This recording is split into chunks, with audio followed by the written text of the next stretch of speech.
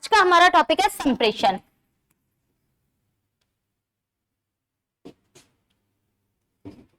संप्रेषण,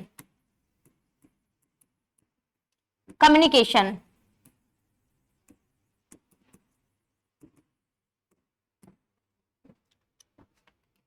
संप्रेषण का अर्थ होता है बातचीत करना, लेकिन ये इसका व्यापक अर्थ नहीं है।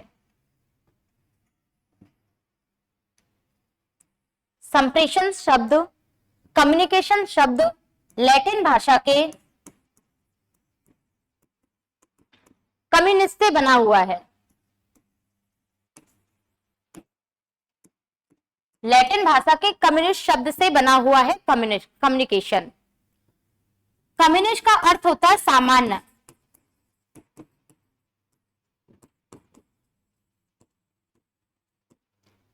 कम्युनिस्ट का अर्थ होता है सामान्य, जिसका अर्थ है हम सामान्य समझ के साथ अपने विचारों को, सूचनाओं को, तथ्यों को, अपने अनुभवों को एक दूसरे के साथ साझा करते हैं। एक दूसरे के साथ साझा करते हैं। हम कह सकते हैं संप्रेषण एक दूसरे की बातों को उसी अर्थ में, भाव में समझना होता है। संप्रेषण में व्यक्ति अपने विचार, भावनाएं, कोई भी सूचनाएं, अपने अनुभव आदि का आदान प्रदान करता है। आदि का आदान प्रदान करता है। संप्रेषण में व्यक्ति अपने तथ्य, सूचनाएं, विचार, अनुभव, भावनाओं आदि का आदान प्रदान करता है। आगे हम बात करते हैं प्रभावी संप्रेषण की। प्रभावी संप्रेषण की। एक प्रभावी संप्रेषण क्या होता है, किसे हम एक प्रभावी संप्रेषण कहेंगे? जिस अर्थ में, जिस भाव में, जिस अर्थ में हम कोई संदेश भेज रहे हैं या कोई बात कह रहे हैं, सामने वाला भी उसी अर्थ व भाव में तथ्यों को, विचारों को, सूचनाओं को समझे। जिस अर्थ में हम कह रहे हैं, जिस अर्थ में हम कहना चाहते हैं, हम कह रहे हैं। अच्छा, दूसरे शब्दों में हम बात करें तो संप्रेषण एक जगह से दूसरे जगह जाना है। कैसे, देखते हैं। सूचनाएं, तथ्य, विचार ये एक जगह से दूसरी जगह जाते हैं। जैसे मान लीजिए ये कोई व्यक्ति है जिसका नाम हम दे देते हैं रामू। ये हमारा अगला बालक है जिसका नाम है श्याम। रामू ने अपने विचार या अनुभव किसके साथ शेयर किए? श्याम के साथ। किसके साथ शेयर किए? श्याम के साथ। जो रामू के अनुभव थे वो अब एक जगह से कहां जा चुके हैं? दूसरी जगह। रामू के पास से कहां जा चुके हैं? श्याम के पास। मतलब हम कहेंगे सूचनाएं, तथ्य, विचार, भावनाएं, अनुभव एक जगह से दूसरी जगह पहुंचते हैं। इसी तरह से हम बात करते हैं सूचनाओं का, ज्ञान का संचरण होता है। ज्ञान का संचरण होता है। किससे? एक पीढ़ी से दूसरी पीढ़ी में, एक पीढ़ी से दूसरी पीढ़ी में। ये आपके दादाजी हैं, ये आपके दादाजी हैं। ये राम नाम का एक बालक है। पीढ़ियां अलग हो गई, नई पीढ़ी आ गई, पीढ़ियां अलग हो गई। यहां दादाजी ने अपने अनुभव शेयर किए राम के साथ, अपने कोई भी विचार है वो पहुंचाए राम के पास। जैसे आपके दादाजी भी अक्सर बोलते होंगे, बेटा पढ़ाई कर लो, घूमने फिरने में कुछ नहीं रखा, हम तो तुम्हें इसलिए बता रहे हैं कि हम ये भुगत बैठे हैं, या फिर हम तुम्हें सिर्फ अपने अनुभव बता रहे हैं, बाद में तुम्हें पछताना पड़ेगा। तो दादाजी ने अपने अनुभव शेयर किए आपके साथ। आपके साथ मतलब जो उनका ज्ञान था, उनके अनुभव थे, उनके विचार थे, उन्होंने एक पीढ़ी से दूसरे पीढ़ी में संचरण किया। क्या किया? एक पीढ़ी से दूसरे पीढ़ी में संचरण किया।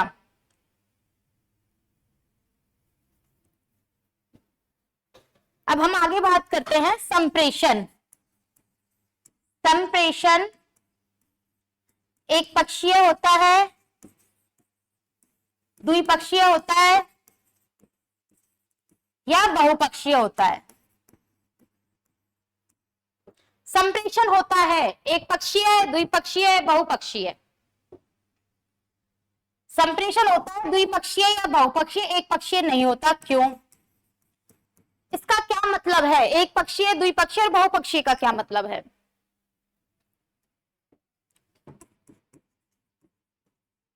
एक पक्षीय से तात्पर्य है कि संप्रेषण करने वाला सिर्फ एक व्यक्ति है, सामने उसे कोई नहीं सुन रहा है, सामने उसे कोई नहीं सुन रहा है। तो क्या वो संप्रेषण है? नहीं, वो संप्रेषण नहीं है।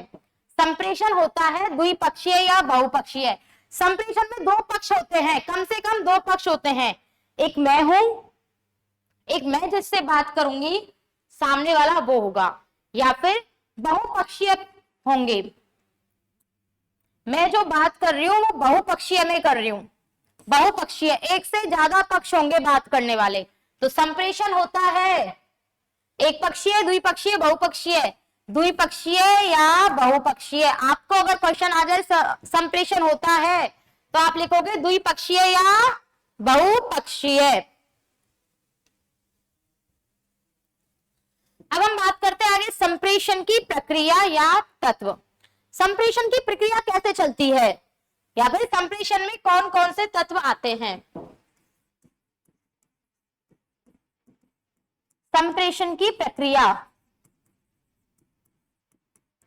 या तत्व। सबसे पहले जब हम संप्रेषण करते हैं, बातचीत करते हैं, तो संदेश भेजने वाला होता है, जिसको कोई बात कहनी है, अपने विचार बताने हैं, अनुभव बताने हैं, तो वो व्यक्ति तो होगा ही होगा। मतलब संदेश भेजने वाला,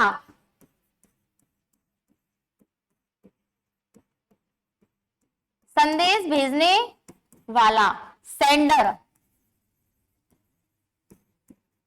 अच्छा, जो सेंडर होगा वो व्यक्ति होगा या व्यक्तियों का समूह होगा? कौन हो सकता है? सेंडर व्यक्ति या व्यक्तियों का समूह कोई भी हो सकता है। कैसे? मैं आपको कोई सूचना बता रही हूं, तो मैं क्या हुई? व्यक्ति। तो मैं क्या हुई? व्यक्ति। लेकिन मान लीजिए आपके कॉलेज या स्कूल की कमेटी है, आपके कॉलेज या स्कूल की कमेटी है, और तब उन्होंने कोई सूचना या फिर किसी भी बात का निर्णय लिया और आप तक उस बात को पहुंचाया। इसका मतलब वो जो संदेश देने वाले लोग हैं वो क्या है? व्यक्तियों का समूह। इसका मतलब वो एक कमेटी है। कमेटी एक व्यक्ति की तो नहीं होती, व्यक्तियों का समूह होता है। तो संदेश भेजने वाला कौन हो सकता है? व्यक्ति भी हो सकता है, व्यक्तियों का समूह भी हो सकता है। सेकंड हम बात करते हैं संप्रेषण सामग्री की। संप्रेषण सामग्री, संप्रेषण सामग्री से मतलब है मैसेज।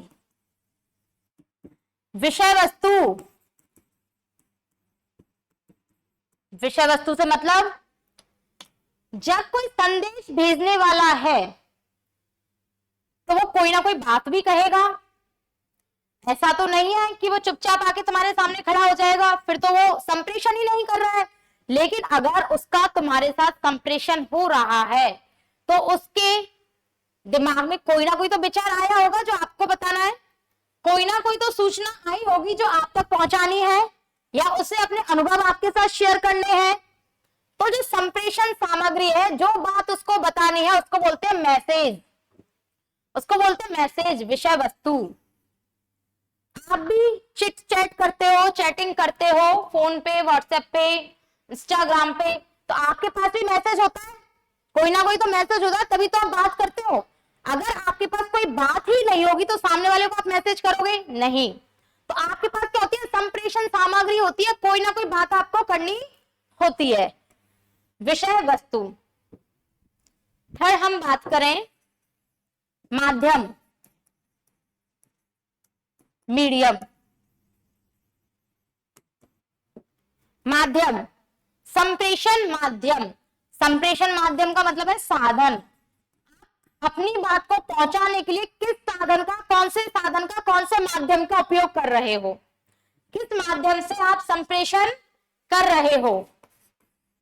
अगर तीनों चीज हो गई, संदेश भेजने वाला हो गया, जो बात करनी है वो बात हो गई, और आपने अपना मीडियम भी चूज कर लिया कि आपको किस तरह से अपनी बात पहुंचानी है।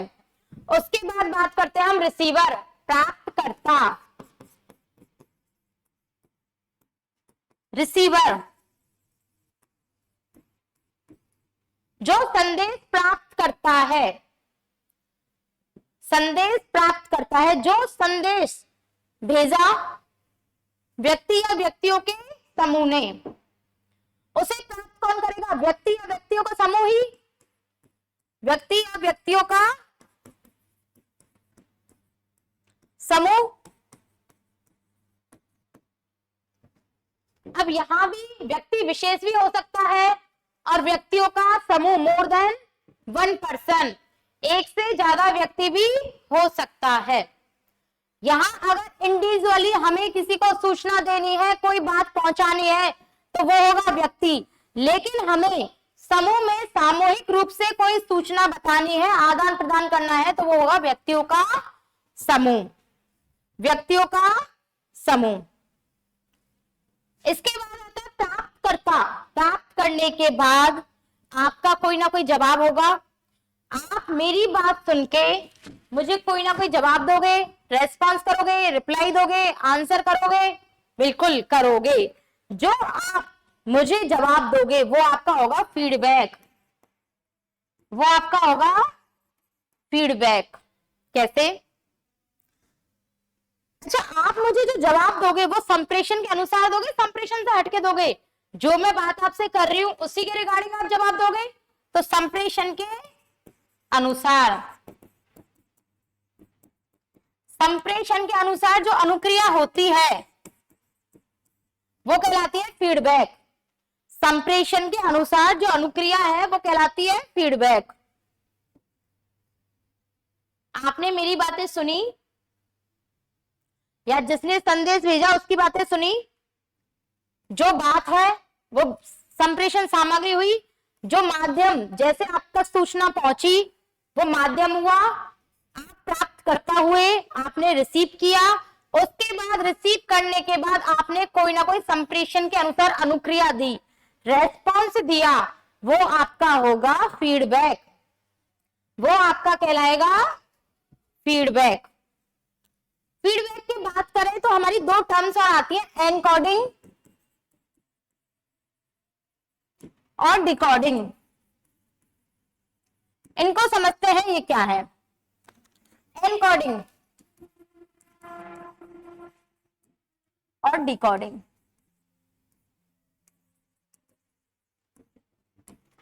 एनकोडिंग मतलब ये वही, हम लेते हैं फिर से राम, ये है संदेश भेजने वाला, और ये है हमारे पास दूसरा बालक श्याम, ये है संदेश प्राप्त करने वाला, संदेश प्राप्त करता, और राम क्या है? संदेश भेजने वाला, संदेश भेजने वाला। राम अपने विचारों को, अपनी सूचनाओं को, अपने अनुभवों को, अपने तथ्यों को कहना चाहता है, कहना चाहता है। अब कहने से पहले उसके दिमाग में तो विचार आएंगे, या वो बात आई कि मुझे मेरे दोस्त श्याम से क्या बात कहनी है, ये पहले उसके दिमाग में आएगा कि मुझे उससे क्या बात कहनी है। जो उसे संप्रेषण करना है, जो विषय वस्तु है, जो संप्रेषण सामग्री है, वो पहले राम के दिमाग में आएगी। तो इसके दिमाग में जो चीज आई वो है एनकोडिंग, और इसने एक जगह से दूसरी जगह पे अपने संदेशों को पहुंचा दिया। अब जो इसके दिमाग की बात थी वो कहां चली गई? इस जगह श्याम के दिमाग में, श्याम के पास चली गई, श्याम ने सुना उससे, तो यहाँ एनकोडिंग हुई और श्याम के पास गई, यहाँ क्या हो गई? डिकोडिंग। ऐसे ही जब श्याम इसकी बात को सुनेगा, जब श्याम ने इसकी बात को सुना और सुन के क्या किया? अनुक्रिया, और अनुक्रिया में अब श्याम इससे कुछ ना कुछ बात कहेगा, जो भी अनुक्रिया इसको देनी है, हाँ ना अच्छा बुरा, जो भी अनुक्रिया इसको देनी है, जो भी इसके अंदर जो विचार है वो राम को बताने हैं। तो ये अब अपनी चीजों को कहां पहुंचाएगा? दूसरी जगह, अपनी सूचनाओं को दूसरी जगह पहुंचाएगा, अपनी अनुक्रिया देगा। और अब जो इसके दिमाग की उपज थी, जो इसने राम तक पहुंचाई, वो एनकोडिंग कहां हो गई? अब श्याम के पास। और डिकोडिंग कहां पहुंची वो बातें? राम के पास। तो एनकोडिंग और डिकोडिंग बदलती रहती हैं। सीधा सा मतलब है, एनकोडिंग का मतलब समझो आप इनसे, इन मतलब अंदर प्रवेश करना, आना, मतलब किसी के दिमाग में बात आनी, कोई आपसे बात कहे तो पहले उसके दिमाग में आती है वो बात, तो ये हो गई एनकोडिंग। और आप जिससे कह रहे हो, अपनी बातों को किसी और तक पहुंचा रहे हो, ये हो गया डिकोडिंग। एनकोडिंग और डिकोडिंग। तो इसकी प्रक्रिया या तत्वों में हम बात करें तो सबसे पहले क्या होता है? सेंडर। सबसे पहले कौन था? भेजने वाला। क्या भेजा उसने? उसके पास कोई विषय वस्तु होगी, कोई संप्रेषण की सामग्री होगी, बात तो होगी ही होगी कि क्या बात करनी है, मुझे क्या सूचना देनी है। तो जो सूचना है वो क्या हुआ? मैसेज। मैसेज, उसको अपनी सूचना किस तरह से पहुंचानी है, वो हो गया माध्यम। साधन और माध्यम के बाद जब सूचना देने वाला है, मैसेज है, मीडियम है, तो अब बचा प्राप्त करने वाला, रिसीवर। सूचना प्राप्त करने वाला, जब आपको सूचना मिल जाएगी, कोई तथ्य मिल जाएगा, उसके बाद आप कोई ना कोई रेस्पॉन्स करोगे संप्रेषण के अनुसार, आप अनुक्रिया दोगे, आप रेस्पॉन्स करोगे। और जो आपकी अनुक्रिया है, जो आपका रेस्पॉन्स है, वो कहलाएगा फीडबैक। आप किसी भी स्कूल में जाते हो, कॉलेज में जाते हो, कोचिंग में जाते हो, आपकी क्लास खत्म हो जाने के बाद, एक या 2 दिन का डेमो लेने के बाद या क्लास खत्म हो जाने के बाद आपको ऑफिस में बुलाया जाता है। आपके टीचर आपसे पूछते हैं, बेटा आपको क्लास कैसी लगी, कहाँ कमी थी, कोई कमी थी तो बताइए, अपना फीडबैक दीजिए। कहते हैं ना वही सब, तो वो तुमसे आपका रेस्पॉन्स मांगेंगे, अनुक्रिया मांगेंगे, बेटा क्या कमी थी, कोई सजेशन दो, कोई एडवाइस दो, कुछ और दो। तो वो आपसे क्या मांग रहे हैं? फीडबैक। वो आपसे क्या मांग रहे हैं? फीडबैक। अब सेंडर से मैसेज तक क्या है? एनकोडिंग। कैसे? हमारे पास 2 टर्म थी ना, एनकोडिंग और डिकोडिंग। भेजने वाले के दिमाग में आई पहले बात, तभी तो उसने भेजा है मैसेज, तभी तो हुआ, लेकिन पहले कहा है? दिमाग में। तो एनकोडिंग। और रिसीवर रिसीवर के पास पहुंचेगी, उसके दिमाग में पहुंचेगी, उसके बाद संप्रेषण पहुंचेगा, तो ये क्या हो गया, डिकोडिंग।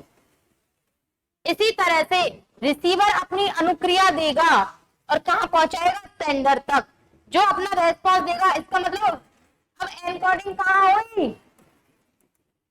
एनकोडिंग कहां हुई, रिसीवर से, रिसीवर के दिमाग में, और डिकोडिंग कहां हो गई, सेंडर पे।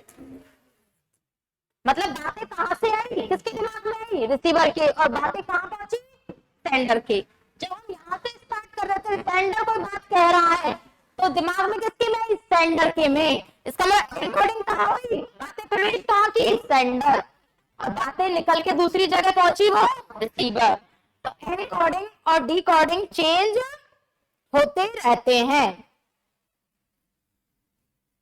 हम बात करते हैं संप्रेषण कैसी प्रक्रिया है। संप्रेषण कैसी प्रक्रिया है, संप्रेषण एक उद्देश्यपूर्ण प्रक्रिया है। उद्देश्यपूर्ण प्रक्रिया है। कैसे, आप कोई भी बात करते हो, कोई भी संप्रेषण करते हो, कोई भी सूचना देते हो, सूचनाओं का आदान प्रदान करते हो, विनिमय करते हो, सूचनाओं का विनिमय करते हो, तथ्यों का विनिमय करते हो, अपने अनुभवों को शेयर करते हो, आदान प्रदान करते हो। तो आपका उनको बताने के लिए, आपका इस तरह से संप्रेषण करने से कोई ना कोई उद्देश्य होता है, किसी ना किसी उद्देश्य को लेकर आप संप्रेषण करते हो, तो ये उद्देश्यपूर्ण प्रक्रिया हुई। आपका वहां संप्रेषण करने से कोई ना कोई मोटिव है, आपका उद्देश्य है कि मुझे ये उद्देश्य, मेरा ये मोटिव कंप्लीट होना चाहिए, आपका उद्देश्य होता है। तो संप्रेषण एक उद्देश्यपूर्ण प्रक्रिया है। जैसे मान लीजिए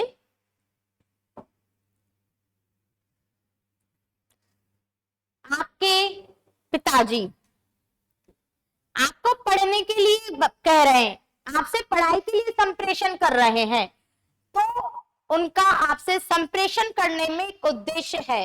वो उद्देश्य क्या है, वो उद्देश्य है कि मेरा बेटा शायद मेरे अनुभवों से, मेरी बातों से, मेरे संप्रेषण से पढ़ाई करे, अच्छे अंक प्राप्त करे, ये उनका उद्देश्य है। फालतू घूमे नहीं, शैतानी ना करे, ये उनका उद्देश्य है। जब कोई भी व्यक्ति अपनी सूचनाओं को आदान प्रदान करता है, तो उसका कोई ना कोई उद्देश्य होता है। तो ये हुआ आपका संप्रेषण उद्देश्य पूर्ण प्रक्रिया है।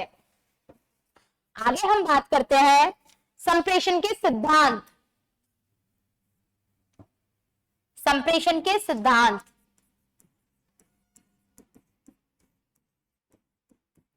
संप्रेषण के सिद्धांत। Principles of communication, principles of communication, संप्रेषण के सिद्धांत। अनवरत या निरंतरता का सिद्धांत, अनवरत या निरंतरता का सिद्धांत। अच्छा, निरंतर, निरंतर शब्द तो सभी को जानते होंगे। ये शब्द निरंतर मतलब लगातार, और अनवरत मतलब बिना रुके। अनवरत बिना रुके, बिना रुके मतलब लगातार। अनवरत या निरंतरता का सिद्धांत ये क्या है, चलो देखते हैं। अगर कोई भी व्यक्ति या व्यक्तियों का समूह संप्रेषण कर रहा है, संप्रेषण कर रहा है, अपनी सूचनाओं को, भावनाओं का, विचारों का, तथ्यों का, अनुभवों का आदान प्रदान कर रहा है, विनिमय कर रहा है, तो वो निरंतर होना चाहिए। तो वो कैसा होना चाहिए, निरंतर होना चाहिए। कैसे,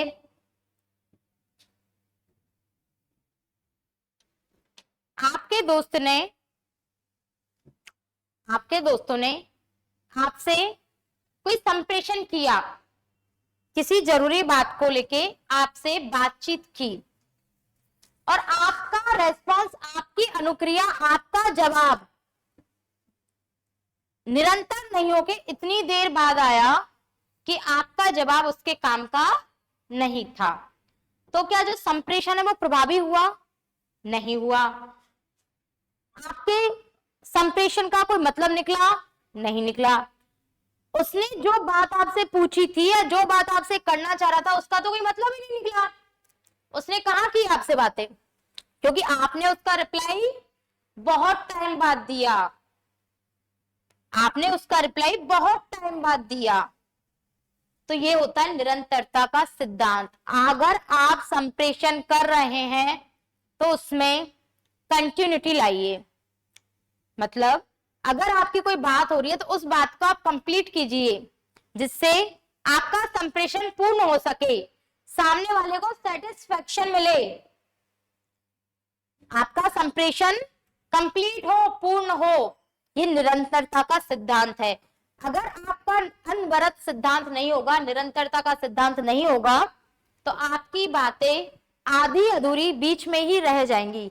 मैं आपको मैसेज कर रही हूं आज और आप मुझे जवाब दोगे कल, मैं आपको फिर से मैसेज करूंगी 2 दिन बाद, आप मुझे जवाब दोगे 3 दिन बाद। क्या ये सही है? क्या जो संप्रेषण उद्देश्यपूर्ण प्रक्रिया मैंने बताई थी वो उद्देश्य को पूरा कर रही है?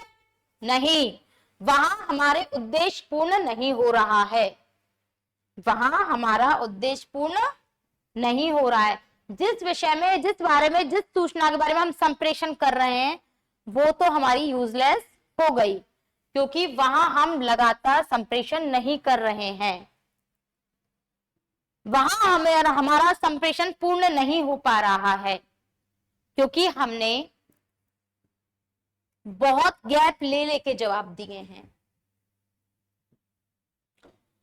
दूसरा हमारा सिद्धांत है समन्वय का सिद्धांत। समन्वय का सिद्धांत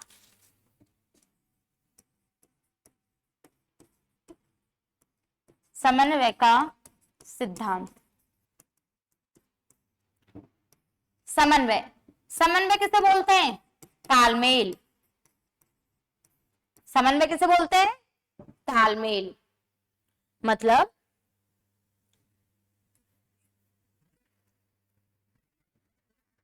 आपके बीच में तालमेल अच्छा होना चाहिए, एक दूसरे के भावों को समझें, कोऑर्डिनेशन अच्छा हो, और जहां आपका तालमेल अच्छा होगा वहां आपके बीच में प्रभावी संप्रेषण होगा। या फिर हम कहें, अगर आपके बीच में प्रभावी संप्रेषण है तो आपका तालमेल भी अच्छा है। वही हम फिर से लिखते हैं, ये 2 बालक हैं, क्या? राम और श्याम। राम और श्याम ये बेस्ट फ्रेंड्स हैं। बेस्ट फ्रेंड, ये बेस्ट फ्रेंड क्यों है? जबकि इनकी क्लास में 50 स्टूडेंट्स और हैं, राम की कक्षा में 50 स्टूडेंट्स और हैं, फिर ये ही बेस्ट फ्रेंड क्यों हुए? क्योंकि इनका तालमेल अच्छा है, इन दोनों की तालमेल अच्छा है। तालमेल अच्छा क्यों है? क्योंकि इनका संप्रेषण प्रभावी है, इनके बीच में क्या है? प्रभावी संप्रेषण, या फिर मैं कहूं इनके बीच में प्रभावी संप्रेषण है, इसलिए इनमें तालमेल अच्छा है। बाकी सब में क्यों नहीं हुआ? क्योंकि हो सकता है कक्षा के और 50 स्टूडेंट राम की बातों को उसी अर्थ और भाव में और उतनी ही शीघ्रता से ना समझे जितना श्याम। राम को ज्यादा झंझट नहीं करना पड़ता श्याम को समझाने में, लेकिन 50 स्टूडेंट इसकी बात को शायद उस तरीके से नहीं समझते हैं जैसे श्याम। तो इनके बीच में संप्रेषण कैसा है? प्रभावी संप्रेषण, एक दूसरे की बातों को, भावों को, विचारों को बहुत अच्छे ढंग से समझ लेते हैं। राम उसी अर्थ में, जिस अर्थ में बात कहता है उसी अर्थ में श्याम समझता है। प्रभावी संप्रेषण, प्रभावी संप्रेषण इसलिए तालमेल अच्छा है, तालमेल अच्छा है मतलब प्रभावी संप्रेषण है। ये राम है, ये इसका फ्रेंड श्याम है, दोनों दोस्त मूवी देखने जा रहे हैं, या फिर राम जा रहा है, श्याम का भी कोई कंफर्म नहीं है। राम कहीं घूमने जा रहा है, पिकनिक पर जा रहा है, या फिर कहीं और जा रहा है, पढ़ाई करने जा रहा है, कोई स्कूल में जा रहा है, कोई कॉलेज में जा रहा है। तो राम क्या कहेगा, मैं तो उसी स्कूल या कॉलेज में जाऊंगा, मैं वहीं जाऊंगा जहां श्याम जाएगा। या फिर श्याम क्या कहेगा, मैं तो सिर्फ राम के साथ ही जाऊंगा, राम जहां भी पढ़ाई करेगा मैं वहीं पढ़ूंगा, कहेगा ना। क्यों, ये एक दूसरे के लिए क्यों सोच रहे हैं कि जहां राम जाएगा वहां श्याम जाएगा, जहां श्याम जाएगा वहां राम जाएगा। और बच्चे कुछ जो 50 स्टूडेंट्स हैं उनके लिए तो इन्होंने कहा ही नहीं, क्या वो आगे पढ़ाई नहीं करेंगे, क्या वो किसी कॉलेज में नहीं पढ़ेंगे, स्कूल में नहीं पढ़ेंगे, वो पिकनिक पे नहीं जाते, वो मूवी नहीं जाते, नहीं, ऐसा नहीं है। राम ने श्याम के साथ और श्याम ने राम के साथ की बात कही, क्यों, क्योंकि ये एक दूसरे को जानते हैं कि हमें एक दूसरे की चीजों को समझने में बहुत टाइम नहीं लगता है, हम जल्दी एक दूसरे की भावनाओं को समझ जाते हैं, हम जल्दी एक दूसरे की अनुभवों को समझ जाते हैं, सूचनाओं को समझ जाते हैं, बातों को समझ जाते हैं, विचारों को समझ जाते हैं, हमारे बीच तालमेल अच्छा है। पापा मैं उसी के साथ जाऊंगा क्योंकि मेरी उससे अच्छी बॉन्डिंग है, अच्छी बॉन्डिंग है। बॉन्डिंग क्या है, तालमेल, बॉन्डिंग क्या है, तालमेल। तो राम श्याम के साथ जाना चाहता है, क्यों, क्योंकि उनमें संप्रेषण प्रभावी है, वो बेस्ट फ्रेंड भी इसलिए हैं कि वो एक दूसरे की बातों को समझ जाते हैं। और यही अगर मान लीजिए राम और श्याम एक ही कक्षा के दो स्टूडेंट हैं, लेकिन ये एक दूसरे की बातों को नहीं समझ पाते हैं, इनके प्रभावी संप्रेषण नहीं है, इनका तालमेल कतई अच्छा नहीं है, तालमेल अच्छा नहीं है। तो क्या अब राम जिद करेगा कि मैं तो श्याम के साथ ही जाऊंगा, या श्याम जिद करेगा कि मैं तो राम के साथ ही जाऊंगा, नहीं, बल्कि अगर आप एक दूसरे के साथ ये जा भी रहे हैं, ऐसी कंडीशन आ जाती है कि एक स्कूल आपको भ्रमण पे ले जा रहा है, स्कूल आपको शैक्षणिक भ्रमण पे लेके जा रहा है, वहां बस में एक सीट पर दो बालक बैठे हैं, एक सीट पे दो बालक बैठे, एक पे बैठ गया राम, दूसरी सीट है हमारी जिसपे बैठना है श्याम को, जिसपे बैठना है श्याम को।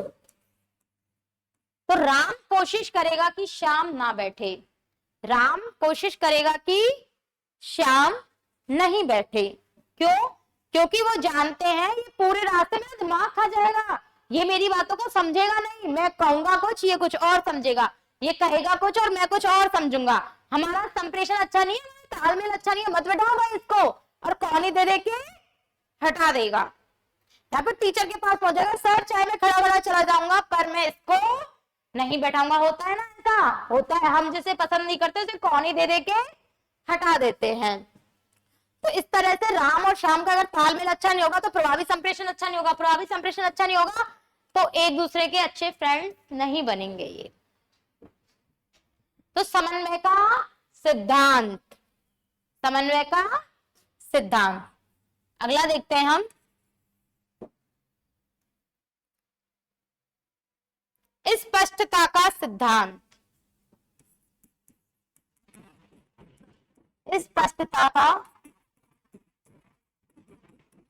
सिद्धांत, स्पष्टता, स्पष्टता कैसे, आपके विचारों में, आपकी बातों में, आपके संप्रेषण में स्पष्टता होनी चाहिए।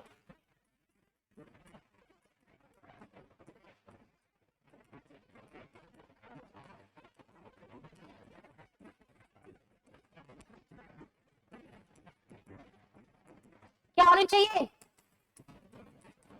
स्पष्टता, आपके विचार, आपके अनुभव, आपकी बातचीत, आपके संप्रेषण इतने स्पष्ट हो कि सामने वाला जो संदेश प्राप्त करने वाला है, चाहे वो व्यक्ति हो चाहे वो व्यक्तियों का समूह हो, चाहे वह व्यक्ति हो या व्यक्तियों का समूह हो, उस तक आपके विचार और भाव बहुत आसानी से पहुंच सके। ऐसा ना हो कि राम और श्याम, राम को अपनी कोई बात करनी है, अपनी कोई बात बतानी है, संप्रेषण करना है, अपनी सूचना देनी है, अनुभव देना है, कोई भी XYZ आपको बात करनी है, राम को।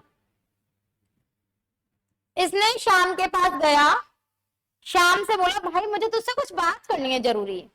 श्याम ने क्या बोला, भाई बोल बोल ना, मैं सुन तो रहा हूं, बोल तो सही, बता तो सही, तेरे को क्या दिक्कत है, क्या परेशानी है। राम ने उसको श्याम को बात बताना चालू किया। बात बहुत छोटी सी थी राम के पास, बात बहुत छोटी सी थी कि मुझे एग्जाम में कुछ याद नहीं है, सिर्फ ये बताना था, या फिर कोई और बात थी। अब उसने श्याम के साथ जाके क्या किया, उसके 2 घंटे तक बोलता रहा, 2 घंटे तक बात करता रहा, लेकिन उन बातों में स्पष्टता कहीं नहीं थी, उसकी बातें स्पष्ट कहीं नहीं थी।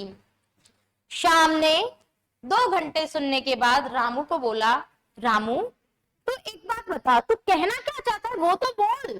ठीक है, तूने 2 घंटे से बोल रहा है, पर तू कहना क्या चाहता है।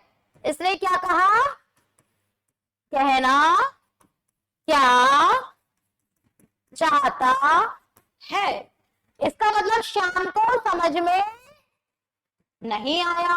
क्यों समझ में नहीं आया, जबकि इसने तो 2 घंटे तक बोला है, क्योंकि इसकी बातों में स्पष्टता नहीं थी, क्योंकि इसकी बातों में स्पष्टता नहीं थी।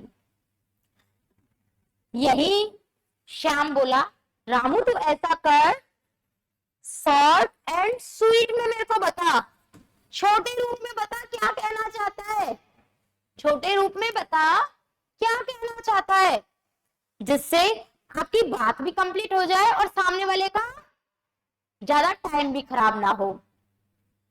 वही स्पष्टता का मतलब एक तो ये हुआ कि आपको बातें स्पष्ट करनी चाहिए, शॉर्ट एंड स्वीट में करनी चाहिए, छोटे रूप में करनी चाहिए, स्पष्ट करनी चाहिए।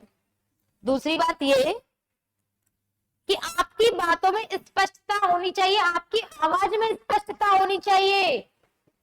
आपकी आवाज ऐसे ना हो, आपके शब्दों के उच्चारण सही होने चाहिए, आपके उच्चारण में कोई दिक्कत ना हो जिससे सामने वाले को समझने में परेशानी हो। आपके उच्चारण सही और सटीक होने चाहिए। आपकी आवाज में स्पष्टता होनी चाहिए। आपकी आवाज ऐसा ना हो कि सामने वाले को समझ ही ना आए। आपके शब्द ऐसे नहीं होने चाहिए कि उनके उच्चारण सही ना हो। आप होठों को दबाकर बात ना करते हो, होठों को दबाकर बात ना करते हो। आपकी बातों में, आपकी आवाज में, आपके शब्दों में बहुत स्पष्टता होनी चाहिए। समझ में आया स्पष्टता का सिद्धांत। अगर आपके उच्चारण सही नहीं है, आपकी आवाज सही नहीं है, आप होठों को दबा के बात कर रहे हो, तो सामने वाले को समझने में परेशानी आएगी। और हो सकता है अगर आप में ये कमी है तो एक बार वो आपको सुन के चला जाएगा, लेकिन दूसरी बार आपको सुनने में वो कतराएगा कि मैं उससे बार बार कब तक कहूंगा क्या क्या क्या। इससे अच्छा है मैं उससे मिलूं ही ना, मैं उससे बात ही ना करूं, मुझे समझ में तो उसका कुछ आता ही नहीं, स्पष्ट तो वो बात करता ही नहीं है, गोल गोल गोल गोल घूम, ये भी गोल गोल ही घूम गया, गोल गोल गोल गोल घुमा देता है, लेकिन कहना क्या चाहता है मुझे पता नहीं लगता है। स्पष्टता, अरे उसकी आवाज ही समझ में नहीं आती है, स्पष्टता, उसके उच्चारण ही सही नहीं है, स्पष्टता, उसको श और त में तो फर्क ही नहीं पता, सांप को सांप बोल देता है, उसको श और स में फर्क नहीं पता। ये होती है स्पष्टता। वो तो होठों को चबाकर दबाकर बोलता है, दांतों को पीसकर बोलता है, ये है स्पष्टता। स्पष्टता का सिद्धांत समझ में आया। आगे हम बात करते हैं पर्याप्तता।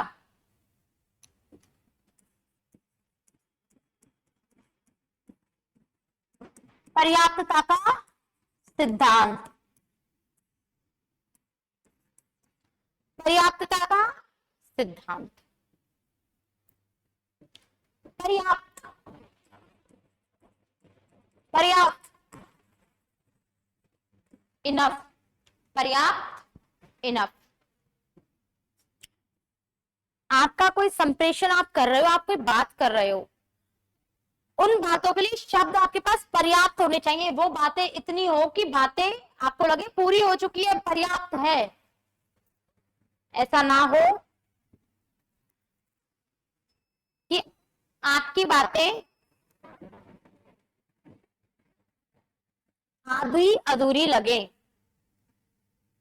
बातों को पूर्ण करो, कंप्लीट करो, पर्याप्त करो, इतनी बातें करो कि पर्याप्त होनी चाहिए।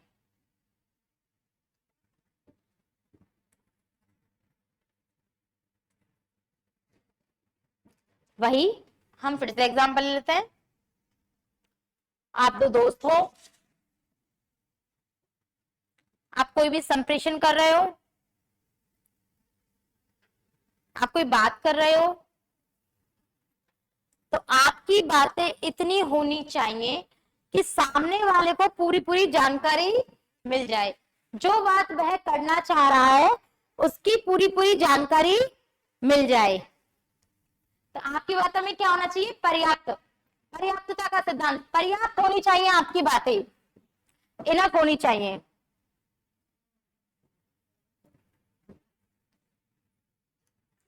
सामने वाले को आप इतनी बातें करो कि सामने वाले के दिमाग में कोई क्वेश्चन मार्क ना रहे, सामने वाले के दिमाग में कोई क्वेश्चन मार्क ना रहे कि यार क्या, कैसे, क्यों, क्या, कैसे, क्यों, कब, ये सारे क्वेश्चन उसके दिमाग में ना आए आपकी बात सुन के।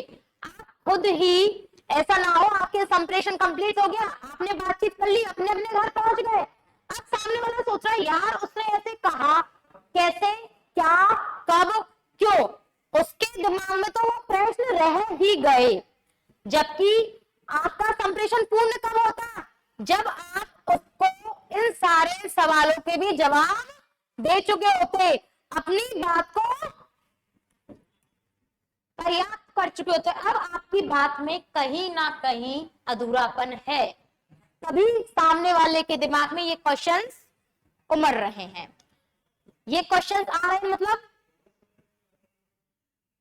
आपके संप्रेषण में कमी रही, आपकी बातों में पर्याप्तता का सिद्धांत नहीं था, आपकी बातें पर्याप्त नहीं थी, आपकी बातों में कोई ना कोई कमी रही जो सामने वाले के दिमाग में क्वेश्चन अभी भी है। और यहां आपकी बातें पर्याप्त होती, आप सारे सवालों के आपके पास कोई भी बात होती, बात आप कंप्लीट करते, अच्छे ढंग से करते, शॉर्ट एंड स्वीट में करते, सामने वाले को समझ में भी आ जाती है, सामने वाले के दिमाग में बिल्कुल क्लियर होती चीजें, कोई क्वेश्चन नहीं है। तो था पर्याप्तता का सिद्धांत। टीचर ने आपको बोला बेटा आपके 2 मई 2024 से एग्जाम स्टार्ट हो रहे हैं, 2 मई 2024 से एग्जाम स्टार्ट हो रहे हैं। बच्चों ने सुना ठीक है सर हम तैयारी कर लेंगे, लेकिन उसकी जानकारी पूरी नहीं है, पर्याप्त नहीं। ये जानकारी बच्चों के लिए पर्याप्त है क्या कि 2 मई से आपके एग्जाम शुरू हो रहे हैं? पर्याप्त है? नहीं है। क्यों नहीं है? अरे भैया को बताना भी था 2 मई को किसका एग्जाम है, 3 मई को किसका एग्जाम है, 4 मई को किसका एग्जाम है, या फिर वहां टीचर को बताना था कि भाई हिंदी का एग्जाम कब है, गणित का एग्जाम कब है, अंग्रेजी का एग्जाम कब है। ये आप जानकारी देते तो पर्याप्त होती, लेकिन आपने सिर्फ ये डेट बता दी, ये पर्याप्त है। जैसे हम मान लीजिए हमारा नया बैच स्पेशल फॉर गर्ल्स, सिर्फ गर्ल्स के लिए हमारा नया बैच 9 मई से शुरू हो रहा है। कब से? 9 मई से। बस क्या ये पर्याप्त है? अब मान लीजिए गर्ल्स को आना है तो 9 मई को तो आएंगी, तैयार हो गई सुबह नहा धो के, लेकिन वो भी कंफ्यूज, उनके भी दिमाग में क्वेश्चन, जाए तो जब जाए करो, 8 बजे जाए, 9 बजे जाए, 10, 11, 12, 1, 2, 3, 4, 5, कितने बजे जाए, क्योंकि ये जानकारी क्या है, पर्याप्त, पर्याप्त जानकारी नहीं है। पर्याप्त जानकारी कब होती, जब हम आपको पूरी जानकारी देते कि बेटा आपका बैच, गर्ल्स के लिए स्पेशल बैच BSTC का 9 मई 2024 से शुरू होने जा रहा है, जो कि सुबह इतने बजे से है या दोपहर में इतने बजे से है। टाइम के साथ पूरी इंफॉर्मेशन आपको दी जाती, तो आपके दिमाग में कोई क्वेश्चन नहीं रहता। यह है पर्याप्तता का सिद्धांत। अब जब हमने सिर्फ आपको बताया आपकी एग्जाम 2 मई 2024 से है, अब आपके दिमाग में क्वेश्चन तो रह ही गया भाई, 2 को किसकी है, 3 को किसकी है, 4 को किसकी है, क्या पढ़े पहले, किसकी तैयारी करें। दूसरे दिन आप स्कूल आए, 2 तारीख को, 3 को, 4 को, 5 को, आप किसकी तैयारी करके आओगे। आपको क्या पता 2 तारीख को किसका एग्जाम है, आपको क्या पता 3 तारीख को किसका एग्जाम है। आप घर से प्रिपेयर होके आओगे, प्रिपरेशन करके आओगे किसकी, क्या 2 तारीख के दिन सारी सब्जेक्ट की करके आ जाओगे, नहीं, क्योंकि वहां आपकी जानकारी अपर्याप्त है, आपकी जानकारी कंप्लीट नहीं है, पर्याप्त नहीं है। तो ये हुआ हमारा पर्याप्तता का सिद्धांत।